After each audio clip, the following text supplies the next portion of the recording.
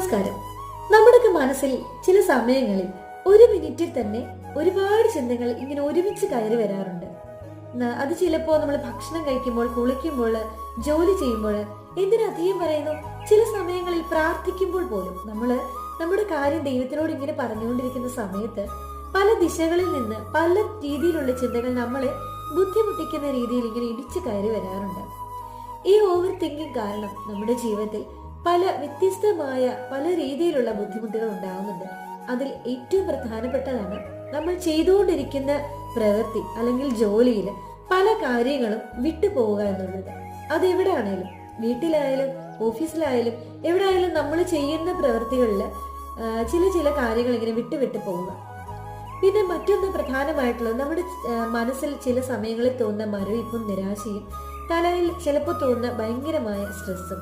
അതുകൊണ്ട് ഈ over thinking നമുക്ക് മാറ്റിയെടുക്കണം.